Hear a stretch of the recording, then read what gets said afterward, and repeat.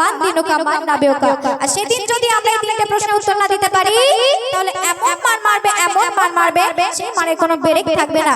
তাই আমাদেরকে আমল নিয়ে কবরের মাঝে হাজির হতে হবে। তাই অতি সুন্দর কথাই কবে লিখছে শুনুন।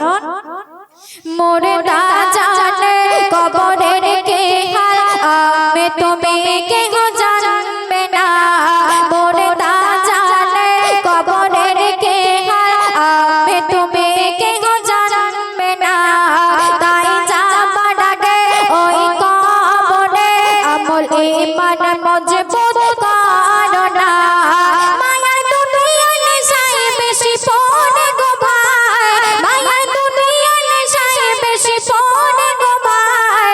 কাটিও না গো জীবন ভয়েতে কাঁপে মন, এই হবে মোর তখন ভয়েতে কাঁপে মন, এই হবে মোর তখন। তারপর অতি মূল্যবান কথা কবি লিখছে শুনুন।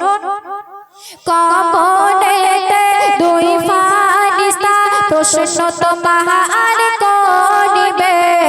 কবরেতে দুই ফারিস্তা প্রশ্ন তোমার করিবে। উত্তর না দিতে পারিলে তোমায় গুরজন মারিবে। তাই থাকিতে সময় চলো নবীর তরিকায়, তাই থাকিতে সময় চলো নবীর তরিকায়। কোনো সেদিনকে স্মরণ ভয়েতে কাঁপে মন, এই হবে মোর তখন ভয়েতে কাঁপে মন, এই হবে মোর তখন। এই দুনিয়াতে যদি কেউ হারিয়ে যায় তাকে অনেক সময় ফিরে পাওয়া যায়, কিন্তু কবর হলো এমন স্থান যেখানে একবার কেউ যায় কোনোদিনের তরে ফিরে আসে না। তাই অতি সুন্দর কথায় শেষ ছন্দে কবির নাম শুনুন। কবর হলো এমন স্থান গেলে কেহ আসে না ফিরে। কবর হলো এমন স্থান গেলে কেহ আসে না ফিরে।